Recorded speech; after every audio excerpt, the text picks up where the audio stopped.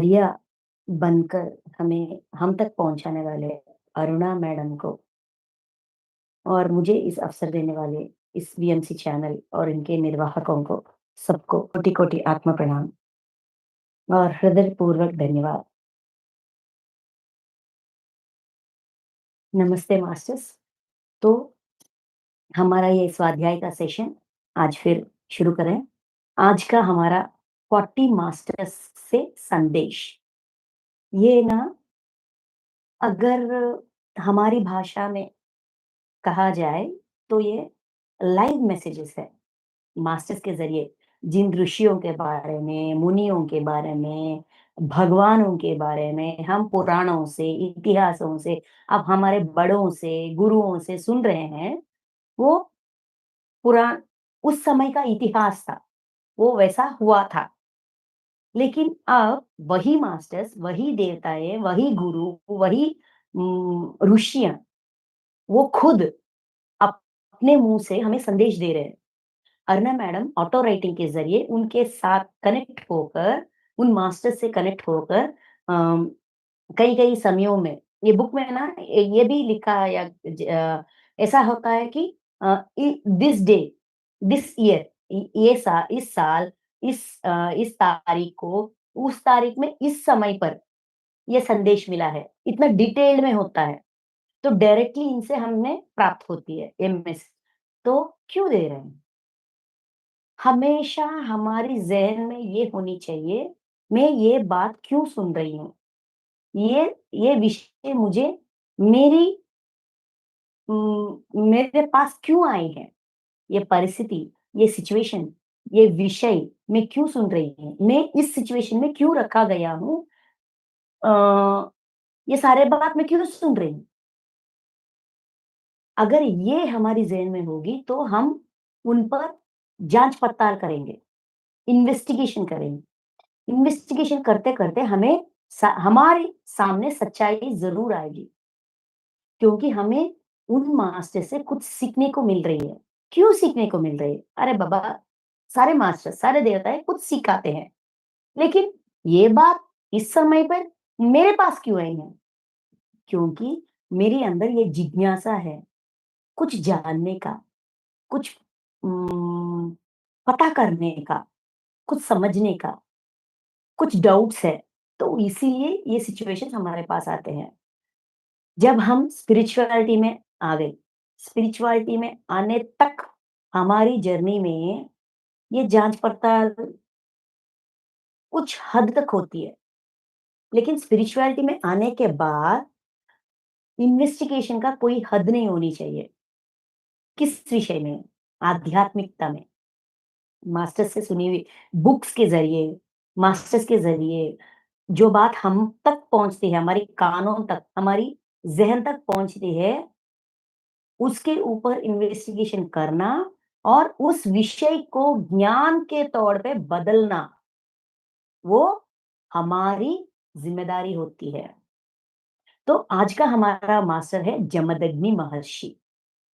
जमदग्नि महर्षि के बारे में इस नाम को ना मैं बहुत बहुत बार सुनी हूँ, लेकिन मुझे ना कौन है ऐसा क्वेश्चन था। तब मुझे याद आया, मतलब ये पढ़ते-पढ़ते, उनका मैसेज पढ़ते-पढ़ते याद आया। हमें ये श्रीमन नारायण का 10 अवतार, उनमें एक अवतार है परशुराम, जो वो एक्स लेकर सारे राजा जो अधर्मी हैं उनको काम उनका काम तमाम करते हैं ना, परशुराम जी, उनका पिताजी है जमदग्नि महर्षि। परशुराम जी जमदग्नि महर्षि ऐसा जाना जाता है। क्यों? क्योंकि बचपन से मैं एक कथा सुनते आई हूँ। जमदग्नि महर्षि अपने पुत्र परशुराम जी से एक उनको एक आज्ञा देते हैं। एक सिचुएशन होती है, उनके ज़िंदगी में एक परिस्थिति उत्पन्न होती है, ठीक है?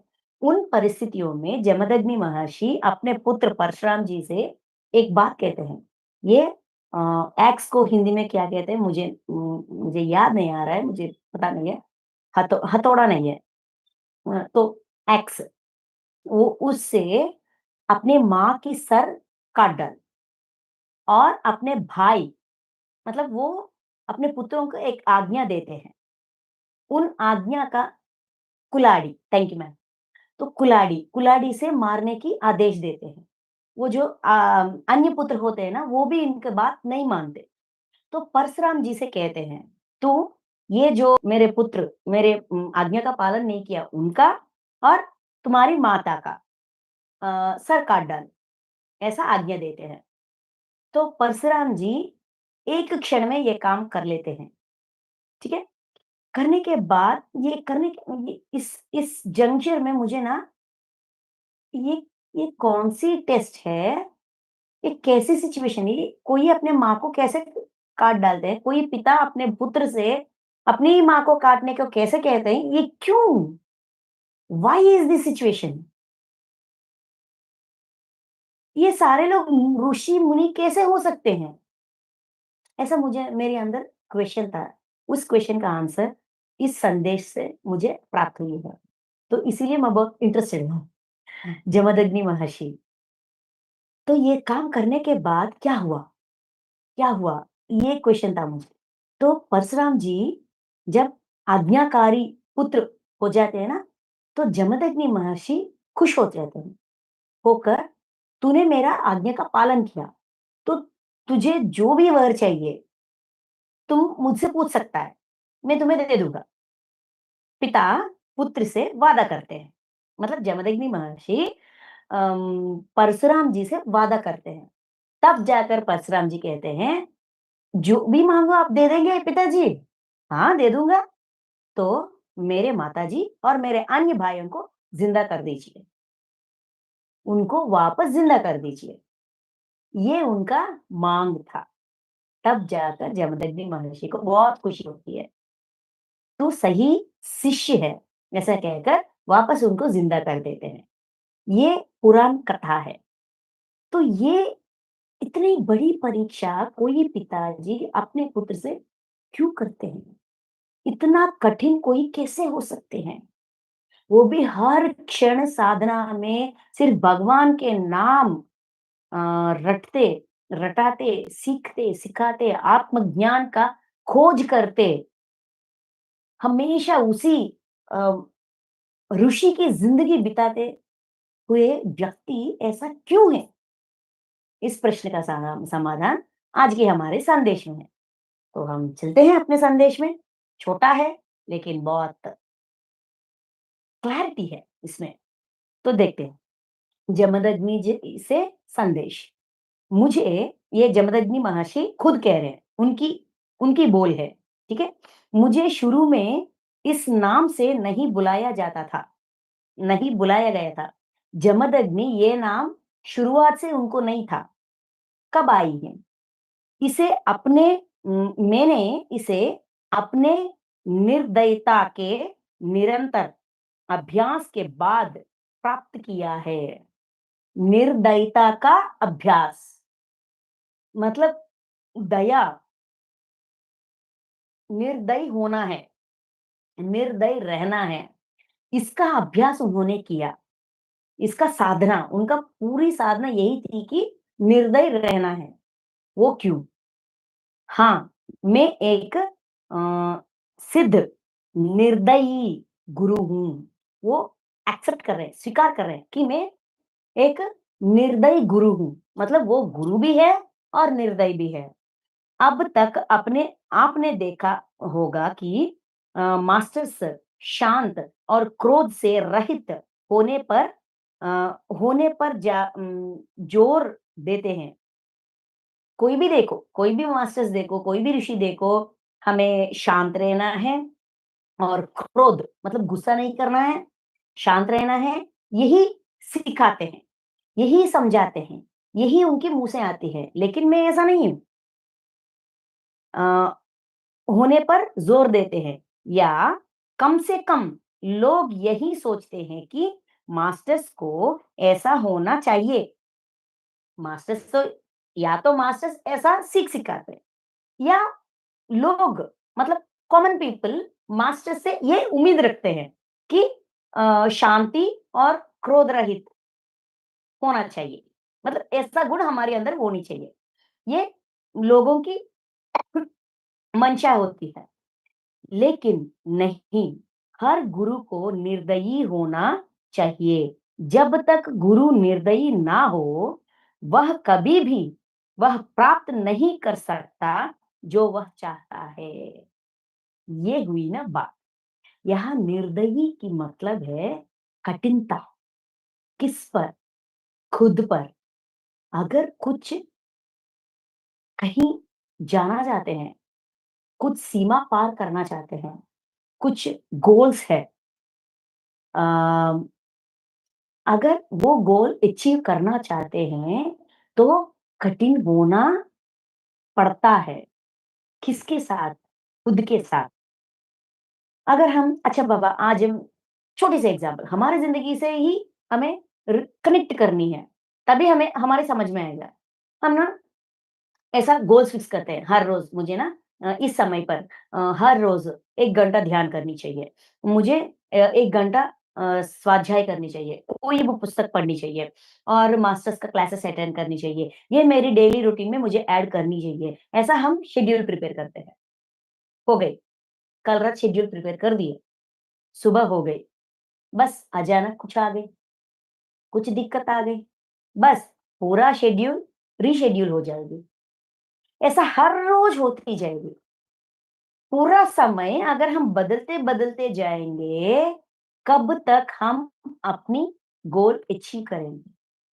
अगर साधना नहीं किया, अगर अंदर की शांति नहीं है, तो बाहर का हमारा बर्ताव में बदलाव कैसा आएगा?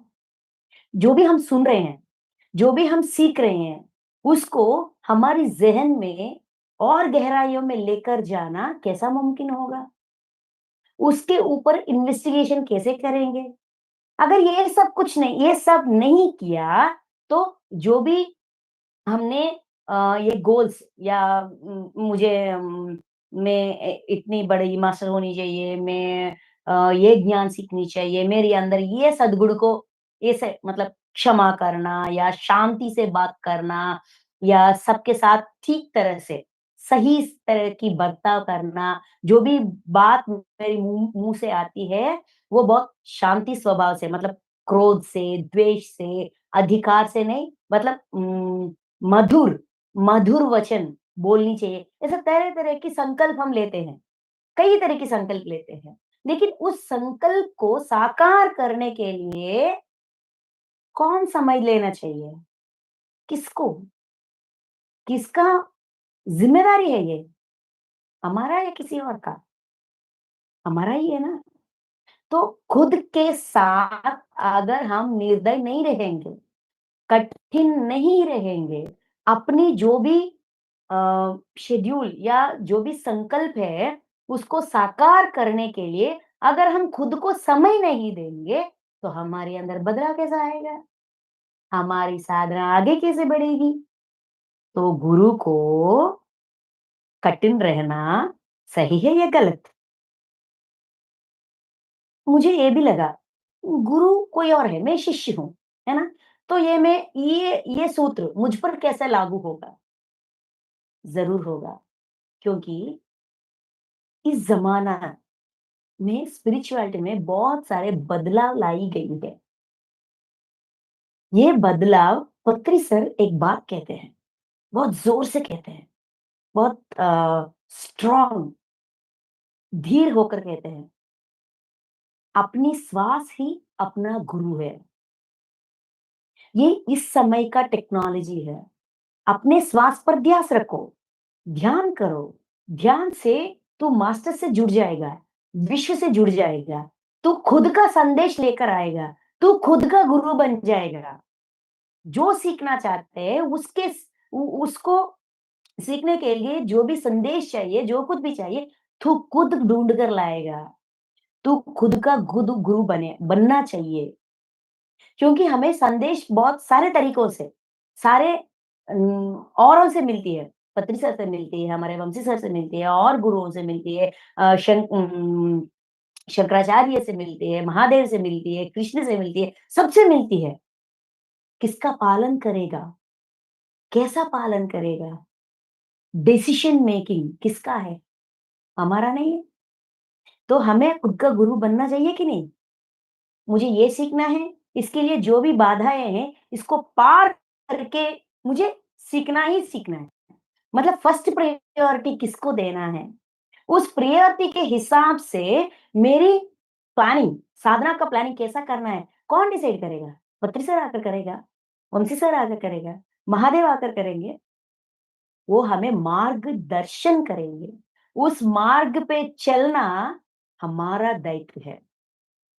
जब मैं कुछ सीखना चाहती हूँ, मुझे शिष्य भी बनना है, उसी समय खुद का गुरु भी बनना है। तो ये सूत्र मुझ पर भी लागू होगी। मत कौन-सा? कि हर गुरु को निर्दयी होना चाहिए। जब तक गुरु निर्दयी ना हो, वह कभी भी वह प्राप्त नहीं कर सकता जो वह चाहता है। वो एग्ज़ाम्पल भी देते हैं। निर्दयता कितनी अ, अद्भुत अनुभूति है।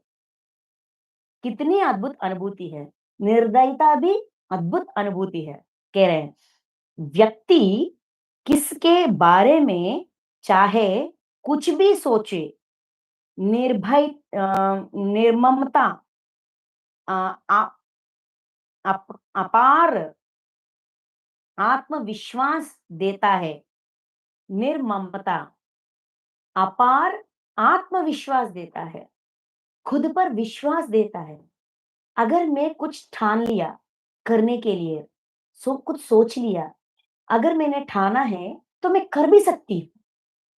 ये खुद पर एक्सपेरिमेंट करके हमें अ, ये भी पता चलता है, मतलब हमारी सच्चाई जो अब तक हमें नहीं पता था, वो भी हमें पता है। मतलब हम सोचते हैं, अरे बाबा ठीक है, बच्चे हैं ना, तो उसके लिए कुछ काम है, वो भी करना है, तो ठीक है, आज का साधना ना कल 1 घंटे एक्स्ट्रा कर लूँगी, आधा घंटे एक्स्ट्रा कर लूँगी। ऐसा आज के लिए हम उम, क्या कहते हैं रीज़निंग खुद को रीज़निंग देते हैं। कल भी ऐसा ही सिचुएशन आएगा, है कि नहीं? तो निर्ममता मतलब खुद पर भी ममता, तरस मत खा, खुद पर तरस मत खा, स्ट्रिक्ट रहना चाहिए, कठिन रहना चाहिए, तभी हम सीख पाएँगे, आगे बढ़ पाएँगे। क्यों इतना कठिनता से ये कह रहे हैं? क्योंकि ऐसा ही अच्छा बाबा कल करेंगे, परसों करेंगे, हफ्ते के बाद करेंगे, ऐसा-ऐसा टालते-टालते ये पोस्टपोन करते-करते बहुत सारे जन्म बीत गए हमारे। सिर्फ रोज़ नहीं, घंटे नहीं, रोज़ नहीं, हफ्ते नहीं, महीने नहीं, साल नहीं, जन्म भी बीत गए। अब तो कठिन बनो, अब तो निर्ममता खुद पर तरस मत खा, अब तो कठिन बन जा खुद के प्रति। ये जमदग्नि महर्षि का संदेश है। इसीलिए सारा समाज उनको ये कठिन गुरु है, निर्दयी गुरु है, ऐसा उनको कई-कई नाम दिए हैं। फिर भी वो उस नाम से खुश है। उस क्या कहते हैं उस टाइटल से खुश है। क्योंकि ऐसा रहकर ही मैं जो बनना चाहता था, मैं वो बना और मेरे पुत्र जो बनना चाहता था, उनको उस मार्ग पर रखने के लिए यही निर्दयता मुझे काम आई।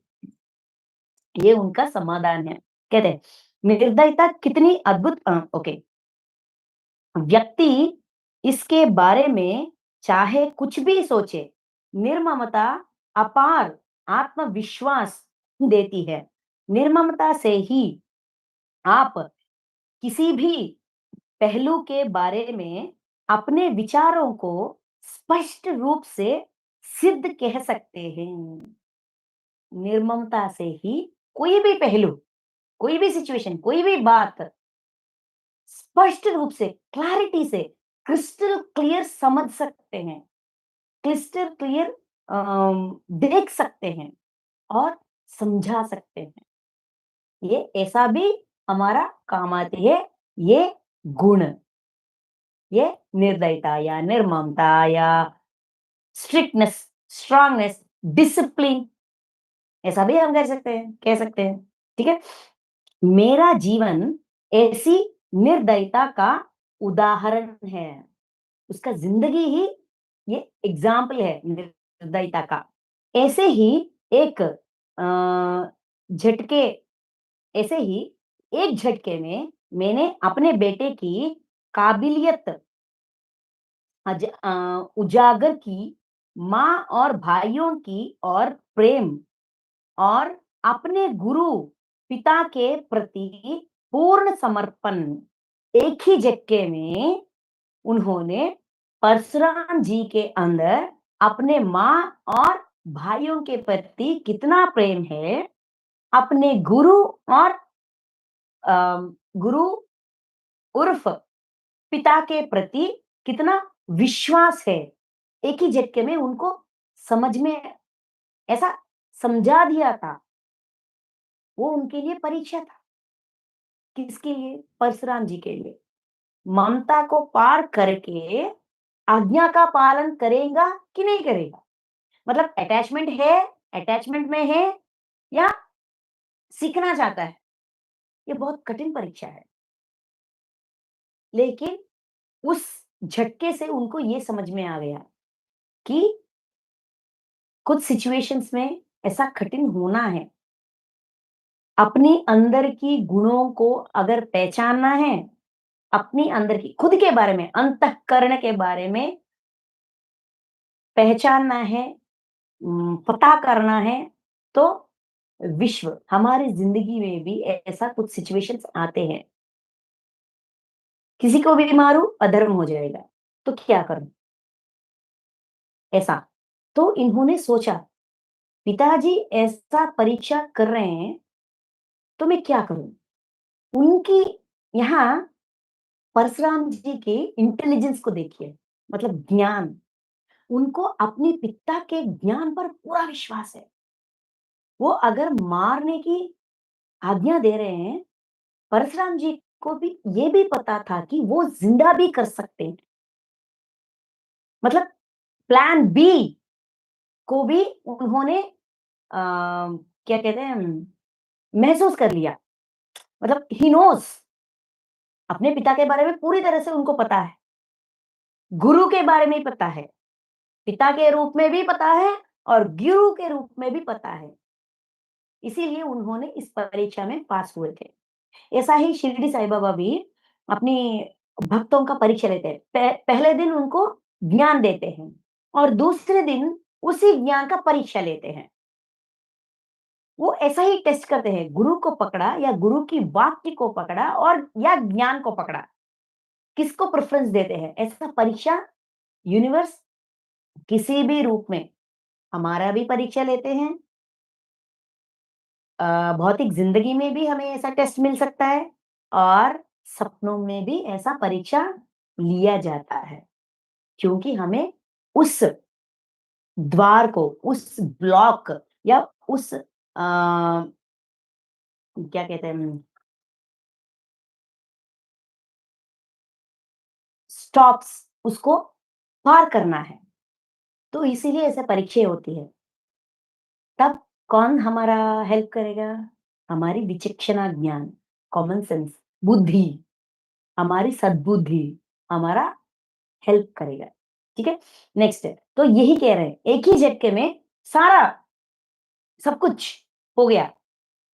ये कह रहे हैं नेक्स्ट इतना ही नहीं, मैं चाहता था कि परशुराम एक बहुत ही आत्मविश्वासी और स्वतंत्र व्यक्ति हो, जो वह पहले नहीं थे। इस संगठन के बाद वो स्वतंत्र मतलब इंडिपेंडेंट और आत्मविश्वासी, अपने ज्ञान पर, अपने करतूत पर, अपने समझदारी पर उनको विश्वास होनी चाहिए और वो इंडिपेंडेंट होनी चाहिए। गुरु में भी डिपेंड कर नहीं करना चाहिए। अपने खुद के ज्ञान पर डिपेंडेंट होनी चाहिए। अपने खुद की ज़िंदगी का डिसीज़न्स खुद लेनी चाहिए। जो भी हो, उसका परिणाम जो भी हो, डिसीज़न लेने के पहले जो भी सोचना है सोच लो। लेकिन डिसीज़न लेने के बाद ये मेरी निर्णय था, तो इसका परिणाम का जो भी रिज़ल्ट होगा, मैं ही भुगतूँगा, मैं ज़िम्मेदारी लूँगा। ऐसा इंडिपेंडेंसी अपने पुत्र में लाना चाहते थे, लेकर आ गई। फिर लेकिन इस घटना ने उनके मानसिक दृष्टिकोण को बहुत बदल दिया और उन्हें जीवन की एक नई समझ प्रदान की। मतलब अपनी मानसिक दृष्टिकोण, इमोशनल मतलब भावोद्वेग, इमोशनली वो कैसे हैं, कैसी होनी चाहिए? ये बहुत ड्रास्टिक चेंज उनके उनकी मानसिकता में ये भी हुआ था। परशुराम जी की मानसिक स्थिति में कि उस समय तक वह शांति के विचारों से अ, ग्रस्त थे और कुछ नहीं, मतलब शांति से रहना है, शांति से जीना है, शांति को प्राप्त करना, ऐसा उनकी मानसिक स्थिति था। लेकिन इस घटना के बाद लेकिन उन्होंने सीखा कि माँ और भाइयों पर कुल्हाड़ी से वार के बाद युद्ध के बिना शांति मौजूद नहीं है। युद्ध के बिना शांति मौजूद नहीं है। इस बात की गहराइयों में अगर जाएँ, तो हमारे अंदर भी तरह-तरह की क्रोध, द्वेष, किसी को मारने से या किसी को सबक सिखाने से ही उनमें बदलाव आएगा, ऐसा तरह-तरह की भावनाएँ होते हैं। अगर इन भावनाओं को सरी सही दिशा देना है, तो पहले इन भावनाओं को बाहर लेकर आना है। इन भावनाओं के प्रति हमारा रिएक्शन, एक्शन जो भी होगा, वो करनी चाहिए। इसी को कृष्ण भगवान ये कहते हैं कि स्वधर्म जो भी हो जाए, अपने स्वधर्म का पालन करो। मतलब हमारे अंदर है, अगर उसका एक बार उसका इस्तेमाल करेंगे, उसका विनाश क्या है? ऐसा भावनाओं को इस्तेमाल करने से सिचुएशन कैसा होगा? जैसे कि परिणाम, इस एक्शन का परिणाम क्या होगा हमें पता चलेगा। वो परिणाम सही है या गलत, हमें समझ में आएगा। समझ में आने के बाद हम उसी क्षण निर्णय लेंगे कि ऐसा काम करना चाहिए या नहीं करना चाहिए। मतलब इमोशनल स्टेबिलिटी आएगी। इसी को एक सूत्र में कहते हैं कि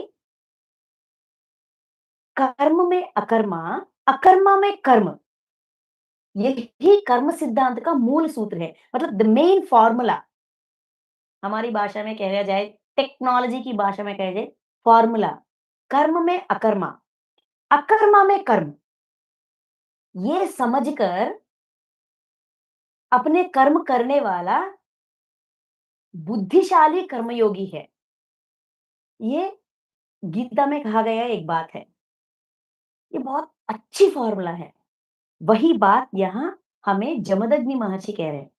कर्म में अकर्मा, इसका मतलब क्या है? कर्म मतलब जो भी काम हम करते हैं, कोई भी काम, क्लास के करना या खाना पकाना या ऑफिस में जाना, जॉब करना, बच्चों को स्कूल में लेकर ड्रॉप करना, जो भी है, जो भी काम हम करते हैं, हमने कर दिया, ठीक है? वो काम हमने कर दिया, ये कर्म है। उसमें अकर्म मतलब उसका परिणाम, इफेक्ट्स, एक काम करने के बाद ही हमें पता चलेगा ना, उसमें कहाँ तक सही है। फॉर एग्ज़ाम्पल बच्चों को स्कूल में दाखिला लेना। हम कितने स्कूल सर्च करते हैं। हमें जैसे कि उम, कुछ एक्सपेक्टेशंस होते हैं। मतलब अच्छी पढ़ाई होनी चाहिए, अच्छी सीख होनी चाहिए, टीचर्स कैसी होनी चाहिए या प्लेग्राउंड होनी चाहिए या बिल्डिंग ही काफ़ी है, बस 100 मार्क्स चाहिए। ऐसा कुछ पेरेंट्स को कुछ-कुछ एक्सपेक्टेशंस होते हैं। उनके एक्सपेक्टेशंस के मुताबिक स्कूल सेलेक्ट करते हैं, जॉइन करते हैं। तो जॉइन कर दिया। करने के बाद हमें पता चला जो भी हमारा एक्सपेक्टेशंस के डिपेंडिंग हमने किसी स्कूल में जॉइन किया या किसी क्लास में जॉइन किया और वो पूरा नहीं हुआ, वो सही नहीं था। मतलब उसमें क्या हुआ, हमारा जो काम हमने किया, उसका साइड इफेक्ट्स या नेगेटिव इफेक्ट्स हमें मिलती है, ठीक है नहीं? कोई भी काम करो, 100 अगर 100 इफेक्ट्स हैं, अगर 90 पॉजिटिव है, तो 10 एटलीस्ट 1 नेगेटिव इफेक्ट तो होती है, जो हमने सोचा नहीं, हमने ऐसा नहीं होगा, ऐसा होने की गुंजाइश ही नहीं है, लेकिन हो गया। इसको अकर्म कहते हैं। मतलब जिसको हमने एक्सपेक्ट नहीं किया, बट वो हो गया। तो क्या करना चाहिए? क्या करनी चाहिए? अरे मेरे वजह से या तेरी वजह से या इसकी वजह से इन्होंने सही नहीं किया, इस ये बच्चे को हमने बहुत पैसे लेकर पढ़ा दिया, अच्छे स्कूल में दाखिला किया लेकिन इन्होंने सही नहीं पढ़ रहे। ये उसका उस अकर्म का ज़िम्मेदारी हम किसी और को ठहराते हैं, है कि नहीं? डिसीज़न किसका था? प्लानिंग किसका था? तो उनका रिज़ल्ट का ज़िम्मेदारी कौन लेनी चाहिए? हम। यहाँ हम फेल हो जाते हैं। कर्म में अकर्म, एक काम कर दिया, उसमें जो हमने एक्सपेक्ट नहीं किया, ऐसा नहीं होगा, जो हमने सोचा, ऐसा हुआ, रिज़ल्ट में वो आ गए, तब उसका ज़िम्मेदारी हमें लेनी चाहिए। अच्छा बाबा, इस नज़रिया से मैंने सोचा नहीं, इसीलिए मुझे ऐसा इफ़ेक्ट हुआ। ठीक है, नेक्स्ट टाइम ये नहीं दोहराऊँगी। ये मिस्टेक को मतलब इस नज़रिया को, इस प्रॉब्लम को भी अपने अंदाज़ में रखकर नेक्स्ट टाइम जब मैं ये काम करूँगी, तो ये सेट करके, इसको भी सही करके मैं कर्म करूँगी। फॉर एग्ज़ाम्पल जिस स्कूल में हमने दाखिले किया, वहाँ टीचर्स अ, सही नहीं है या बच्चा हमारा बेटा या बेटी सही वो सिखा रहे हैं और ये इसको समझ में नहीं आ रहा है। जो भी हो सकता है। हल नहीं ऐसा प्रॉब्लम कहीं नहीं होता, कभी भी नहीं होता, कहीं नहीं होता। तो उसका हल ढूँढना चाहिए और हमारी गलती को हमें सुधारते हुए नेक्स्ट कर्म करनी चाहिए। कर्म में अकर्म, अकर्म में कर्म, ये बुद्धिशाली कर्मयोगी का काम करने की स्ट्रैटेजी। यही बात हमें जमदग्नि महर्षि कह रहे हैं। जब इस झटके से परशुराम जी को माँ के प्रति, भाइयों के प्रति, पिता या गुरु के प्रति, अपनी मानसिक स्थिति के प्रति सारा क्लैरिटीज़ उनको आ गया था। तब तक वो डिपेंडेंट था, तब से वो इंडिपेंडेंट हो गए। शांति, किन समयों में शांति से रहना है, किन समयों में शांति से नहीं रह स्ट्रिक्ट रहना है। मतलब खुद के साथ स्ट्रिक्ट रहना है, परिस्थिति के अनुसार मतलब हमेशा शांति रहना भी सही नहीं है। हमेशा गंभीरता से रहना भी सही नहीं है। मतलब सिचुएशन के अनुसार बैलेंस में रहना है। ये उनको समझ में आ गए परशुराम जी को। और इतना ही नहीं, कुछ भी सीखने के लिए सभी स्वा संभावनाओं को होने देना होगा। कुछ भी सीखने के लिए सभी संभावनाओं को होने देना होगा क्योंकि हम यहाँ उन उन्हीं चीजों को सीखने के लिए है जो हमने पहले नहीं सीखी है। This is the learning, the main learning. इस मैसेज मतलब जमदग्नि महर्षि की मैसेज से हमें प्राप्त होती है। हम कहते हैं कुछ काम करने से मुझे ये इफ़ेक्ट नहीं चाहिए, मेरा रिज़ल्ट ऐसा नहीं होना चाहिए। मैंने ये ऐसा काम किया, इसका रिज़ल्ट ये नहीं होना चाहिए। ये हम अपने दिमाग में रख लेते हैं। लेकिन जमदग्नि महर्षि क्या कह रहे हैं? जो संभावनाएँ हैं, उस स्थिति का रिज़ल्ट जो भी हो, होने दो। तभी पता चलेगा कि इस काम का रिजल्ट ये होगा, इस एक्शन का ये रिएक्शन होगा, हमें पता चलेगा। पता चलने के बाद ही हम हमारा एक्शन सुधार कर करेंगे, लेंगे, है कि नहीं? आप खुद को एक चांस दो, खुद को एक चांस दो, कर दो, तभी पता चलेगा। पता चलने के बाद वही गलती दोबारा मत दोहराओ, क्योंकि हम यहाँ उन्हीं चीज़ों को सीखने के लिए ही, उसकी संभावना के प्रति क्या करना है, वही सीखने के लिए इस जन्म लेकर, इन परिस्थितियों को लेकर हम आए हैं। तो होने दो, रुकावट मत डालो, तरह-तरह की बाधाएँ मत डालो। जो हमने पहले नहीं सीखी है, ये लर्निंग नया लर्निंग है। नई सीख ले रहे हो तो सिचुएशन को ऐसा होने दो, तभी पता चलेगा। हो तो आज भी उतनी ही निर्दयता का अभ्यास करता है, जितनी आ आवश्यकता है। आज तक जमदग्नि महर्षि ऐसे ही हैं।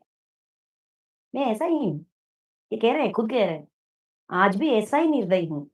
जितना निर्दयता आवश्यक है, उतना निर्दयी हूँगा। मतलब उसमें भी लिमिट है, उसमें भी बैलेंस है।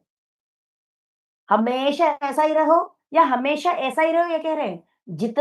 जितनी निर्दयता का आवश्यक है, उतनी निर्दयता हूँगा, आज भी। जैसा कि मैंने पहले कहा है, मैं एक पूर्ण निर्दयी गुरु हूँ। पूर्ण निर्दयी गुरु। एक बार और हमें बता रहे हैं, निर्दयता मेरी शिक्षा का मूल है। ये ऐसा ही ट्रेनिंग देते हैं। एक साधक को खुद के साथ निर्दयी होनी चाहिए।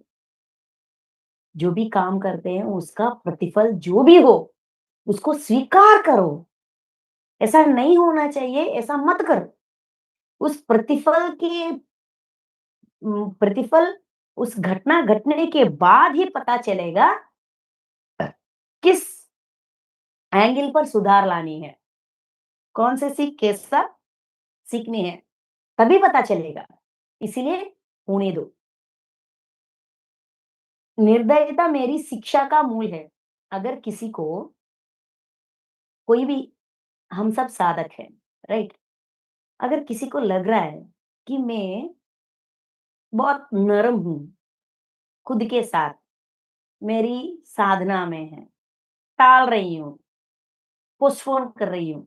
अगर किसी को लग रहा है, तो ध्यान में बैठ जाइए। जमदग्नि महर्षि को आमंत्रण दीजिए। मुझे ना आप ट्रेनिंग देना प्लीज़, ताकि मैं जैसा साधक बनना चाहता हूँ, जिस सीमा तक जाना चाहता हूँ, जो भी मेरा गोल है, वो मैं वहाँ तक पहुँच सकूँ। मुझे आपकी ट्रेनिंग चाहिए, आपकी डिसिप्लिन्ड, स्ट्रिक्ट, स्ट्रॉन्ग ट्रेनिंग चाहिए। प्लीज़ मुझे शिक्षा दीजिए। ऐसा हम जमदग्नि महर्षि से पूछ सकते हैं। वो रेडी है सिखाने के लिए। लेकिन उस सीख लेने के लिए हम तैयार हैं कि नहीं, हमें चेक करनी चाहिए। ठीक है? मुझे तो ऐसा लग रहा है। नेक्स्ट, मैं इस पर बहुत जोर देता हूँ, क्योंकि यह आध्यात्मिक पद पर अपने वास्तविक सार में आगे बढ़ने के आधार है। आध्यात्मिक पद पर, स्पिरिचुअलिटी के मार्ग में अपने वास्तविक स्तर, अपने सिचुएशन, अपनी वास्तविक स्थिति को पार करके अगर आगे जाना चाहते हैं, तो यही एक मार्ग है। एक यीशु, मतलब जीसस क्राइस्ट, एक यीशु, बुद्ध या अन्य गुरु नहीं होंगे जब तक निर्दयता का अभ्यास नहीं करेंगे। खुद के साथ अगर कठिन नहीं होंगे, तो आप जीसस नहीं बन सकते, बुद्ध नहीं बन सकते, गुरु भी, कोई भी गुरु, अपनी इच्छाधारी कोई भी गुरु हो, बन नहीं सकते। क्या जीसस की जिंदगी में सुख है?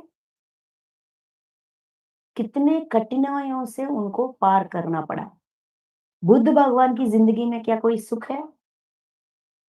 सारे सुख-सुविधा को छोड़कर, अपने शरीर को पंचभूतों की हवाले करके, सूख कर, तरह-तरह की क्यों किया है? इतनी कठिन साधना क्यों की है?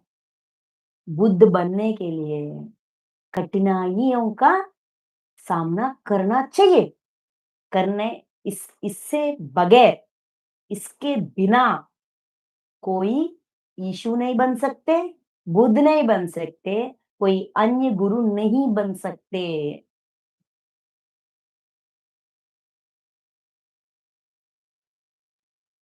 निर्ममता के बिना एक आध्यात्मिक गुरु जीवित नहीं रह सकता, क्योंकि इस जंगली पागल दुनिया में केवल निर्ममता ही मदद कर सकती है।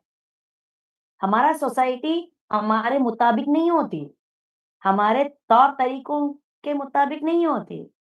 आज सोसाइटी हमसे कुछ एक्सपेक्ट करती है। बस 1 घंटे के बाद सोसाइटी के एक्सपेक्टेशंस बदल जाते हैं। सोसाइटी के एक्सपेक्टेशंस के ज़रिए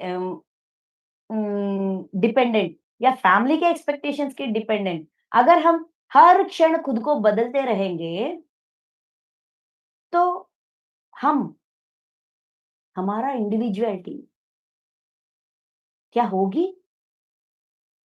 खुद को खो नहीं खोएँगे, खो जाएँगे। इसीलिए खुद के साथ कठिन रहो, क्योंकि जिस समाज में हम रह रहे हैं, उसको ये कह रहे हैं, जंगली पागल दुनिया। क्योंकि हमेशा एक्सपेक्टेशंस बदल जाती है, इसीलिए। इसीलिए मेरी राय में आपकी निर्ममता आपके आप आसपास के मूर्ख लोगों के खिलाफ आपका कवच है, हमारा प्रोटेक्शन लेयर है। हम खुद को इस कवच से प्रोटेक्ट कर सकते हैं। फॉर एग्ज़ाम्पल, आज ना हमारा फैमिली मेंबर्स हमसे ये एक्सपेक्ट करते हैं कि आज्ञाकारी बहू, ऐसा रहो। कल बाहर जाकर जैसे कि पैसा कमाओ। कोई हमारे घर पर एक कोई फाइटिंग करने के लिए आए, तब क्या कहते हैं? उन पर टूट पड़ो, 4 बातें सुनाओ, युद्ध करो। हर क्षण एक्सपेक्टेशन बदल जाती है। तो किसी सिचुएशन में क्या सही, क्या गलत, कौन-सा किसका डिसीजन है? जो भी हम एक्शन लेते हैं, उसका जो भी इफ़ेक्ट है, परिणाम है, हमें ही भुगतना पड़ेगा। तब क्या करेंगे? हमने कहा, तो तुम्हारा बुद्धि क्या हुआ? हाँ, हम बड़े हैं, हम कहते हैं, तो किसने कहा तुम्हें करने के लिए? क्या तुम्हें तुम्हारी सोच नहीं है? ऐसा वापस पासा पलट जाती है। इसीलिए जमदग्नि महर्षि कह रहे, पागल दुनिया, पासा पलट लेते हैं। इफ़ेक्ट, एक्शन, रिएक्शन, इफ़ेक्ट सब हमें ही भुगतना पड़ेगा। तो ये हमारा कवच बन जाएगा, निर्ममता, स्ट्रांगनेस, स्ट्रिक्टनेस, डिसिप्लिन, ये हमारा कवच बन जाएगा। मैं सही काम ही करूँगी, जो सही है वही करूँगी। मैं ऐसा ही रहूँगी, क्योंकि धर्म के बिना कुछ भी ऊपर नहीं है, साधना के बिना कुछ भी ना ऊपर नहीं है। जो भी सीख हर रोज़, हर मिनट में सीख रही हूँ, उसको आचरण में रखने के बिना कुछ भी ऊपर नहीं है। तो हर क्षण हमें चेक करनी चाहिए कि जो भी मैं सीख रही हूँ, उसका पालन कर रही हूँ कि नहीं? उसका आर-पार करके कोई भी डिसीज़न, कोई भी निर्णय, कोई भी काम मैंने किया तो उसका फल और उसका परिणाम का ज़िम्मेदारी मुझे ही लेनी चाहिए। तो मुझे केयरफुल रहनी चाहिए। ये हमारे साथ हम निर्ममता से रहना, ये खुद का कवच बन जाएगा। मेरा संदेश यह है कि सबसे योग्य अवधारण से आपका अस्तित्व निर्ममता की सच्ची भावना है। हमारी अस्तित्व ऐसा ही होनी चाहिए, सच्ची, खुद के साथ सच्ची होनी चाहिए। खुद को धोखा नहीं देनी चाहिए। जब तक आप निर्दयी ना हो, आप बिल्कुल भी कुशल ध्यानी नहीं है, चाहे आपका ध्यान और ज्ञानोदय का स्तर कुछ भी हो, हमारी ज्ञान का स्थिति लेवल जो भी हो, जब तक आप खुद के साथ निर्दय नहीं रहते, तब तक आप जैसे कि डिस्टर्बेंस में हो जाएँगे। सभी अ, रात्रि कृपया सॉरी छात्री कृपया अपनी आध्यात्मिक खोज इसी तरह जारी रखें, क्योंकि सफलता आपके दरबार में है। आपके काम और ध्यान की भावना को देखकर मैं यह कह सकता हूँ, मास्टर से पूछना और उनके संदेश लेना जारी रखें। यह सबसे अद्भुत आध्यात्मिक गतिविधि है, जिसमें आपके स्वयं को शामिल किया है। आप दोनों को, आपके गुरु और आपको, आपके समूह को मेरी शुभकामनाएँ। अगर आप आगे बढ़ना चाहते हैं, साधना जारी रखें, ज्ञान जारी रखें, मास्टर से मिलना, उनसे संदेश लेना, उस संदेश को अपनी ज़िंदगी में आचरण में रखना, ये सब कुछ ऐसा ही करते जाइए। तब यही है निर्ममता से साधना करने की प्रोसेस। ये प्रोसेस ऐसा ही आगे बढ़ते रखिए, सबसे मिलते रहिए और अपने सारे संदेहों का, शंकाओं का समाधान लेते रहिए, खुद को हर क्षण निर्माण करते रहिए। ये कह रहे हैं जमदग्नि महर्षि। जमदग्नि महर्षि को कोटि-कोटि, कोटि-कोटि आत्म प्रणाम और मुझे इस अवसर देने वाले सब विजय सर को, प्रिया मैम को, सबको कोटि-कोटि आत्म प्रणाम। Thank you sir, thank you so much.